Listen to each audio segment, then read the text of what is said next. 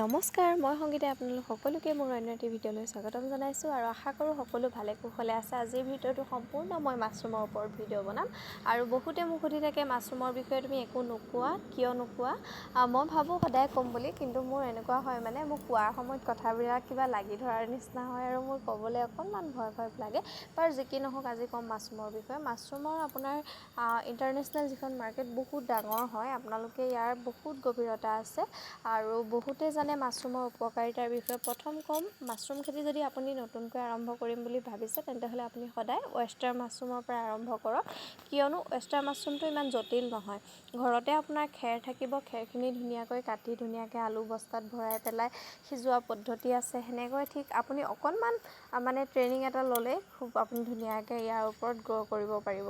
যদি প্ৰথমতে আপুনি টান ওয়েষ্টাৰ মাছৰুমৰ বদলি বা বটন মাছৰুম বা মিল্কী মাছৰুম সেইটো ধৰি লয় তেনেহ'লে অকণমান অসুবিধাৰ সন্মুখীন হ'ব, কাৰণ নতুনকৈ মই ভাবোঁ প্ৰথম আপোনালোকে ওয়েষ্টাৰ মাছৰুমটোৱে ধৰি ল'ব লাগে।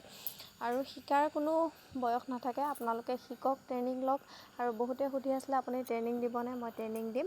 প্ৰথম কথা, মাছৰুমৰ খেৰখিনিয়ে আপুনি জমা কৰি ৰাখিব লাগিব। প্ৰথম আপোনাৰ প্ৰধান সম্পদ হ'ব খেৰ, তাৰপিছতে গুটিখিনি এনেকুৱা আপুনি ক'ৰ পৰা বীজটো লৈছে, তাৰ লেবৰেটৰী কেনেকুৱা, লেবৰেটৰী চেক কৰিব লাগিব।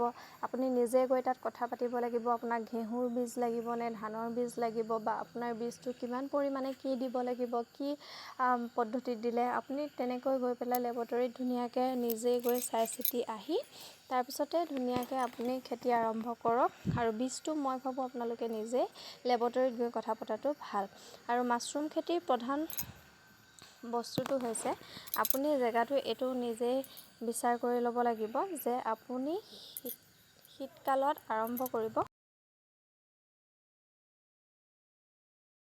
আৰু নতুনকৈ যদি কৰিম বুলি ভাবিছে তেনেহ'লে মই ভাবোঁ আপোনালোকে শীতকালতে আৰম্ভ কৰক, কাৰণ গৰমৰ দিনকেইটাত আপোনালোকে প্ৰথমতে অকণমান অসুবিধাৰ সন্মুখীন হ'ব। নতুনসকলে যিহেতু অসুবিধাৰ সন্মুখীন হ'লে প্ৰথমতে মনটো ভাঙি যোৱাৰ চান্স থাকিব। গতিকে মই ভাবোঁ আপোনালোকে শীতকালত আৰম্ভ কৰক, ধুনীয়াকৈ খেৰ যোগাৰ কৰক, তাৰ বিষয়ে গুটিৰ পিছত আলোচনা কৰক, তাৰপিছত ধুনীয়াকৈ আপোনালোকে এটা ট্ৰেইনিং লৈ লওক। ট্ৰেইনিংটো নোলোৱাকৈ কোনো কাম কৰা নহয়, গতিকে আপোনালোকে ট্ৰেইনিংটো লৈ লওক। আৰু তাৰপিছতে আপোনালোকৰ আহি পৰিব খেৰ সিজোৱা পদ্ধতি কি, তাৰপিছত কেনেকৈ সিজাব লাগিব, কাটি সংৰক্ষণ কেনেকৈ কৰি ৰাখি থ'ব, বহুত দিনৰ কাৰণে আপোনালোকে কেনেকৈ সংৰক্ষণ কৰিব। খেৰখিনি কাটি যিহেতু আপোনাৰ লগে এইখিনি সিজালেও হয়, তাৰপিছত এনেকৈ সিজোৱা পদ্ধতিটো এয়া মই আপোনাক ভিডিঅ' যোগে দেখুৱাই দিছোঁ।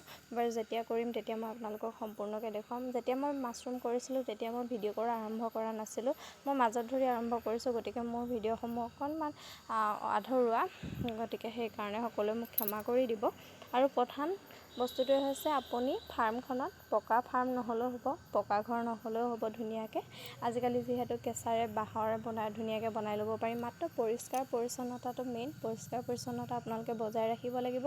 তাৰ ওপৰতে আপোনালোকে আৰ্দ্ৰতা আৰু তাপমাত্ৰাৰ ওপৰত ভিত্তি কৰি পেলাই ধুনীয়াকৈ কামখিনি কৰিব। এয়া আমাৰ টোপোলা কৰাৰ সময়ত যেতিয়া আমি চিলিণ্ডাৰখিনি বনাইছিলোঁ, খেৰখিনি উলিয়াই পেলাই ধুনীয়াকৈ সেইখিনিৰ ওপৰত ধুনীয়াকৈ চূণ ছিটাই লৈছিলোঁ।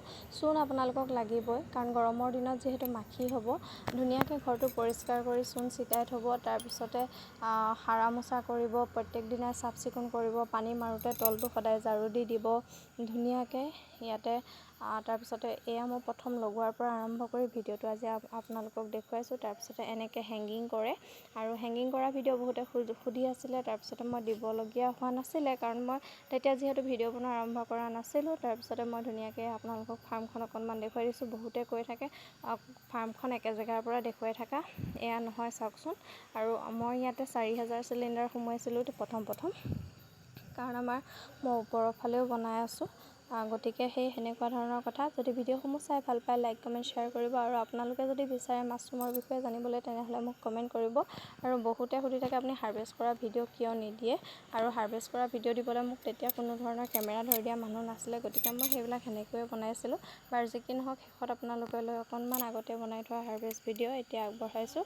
ভিডিঅ'টো চাই কেনেকুৱা পায় জনাবলৈ নাপাহৰিব, লগতে লাইক কমেণ্ট শ্বেয়াৰ কৰি দিব। লগতে নতুনকৈ আহিছে যদি মোৰ পেজখন ফ'ল' কৰি যাব। আৰু মাছৰুমৰ বিষয়ে জানিবলৈ হ'লে মই আপোনালোকক ধুনীয়া কমেণ্ট কৰিব, মই আপোনালোকৰ বাবে নতুন ভিডিঅ' লৈ আহিম। বাৰু আজিলৈ আহোঁ। Thank you for ৱাটছিং।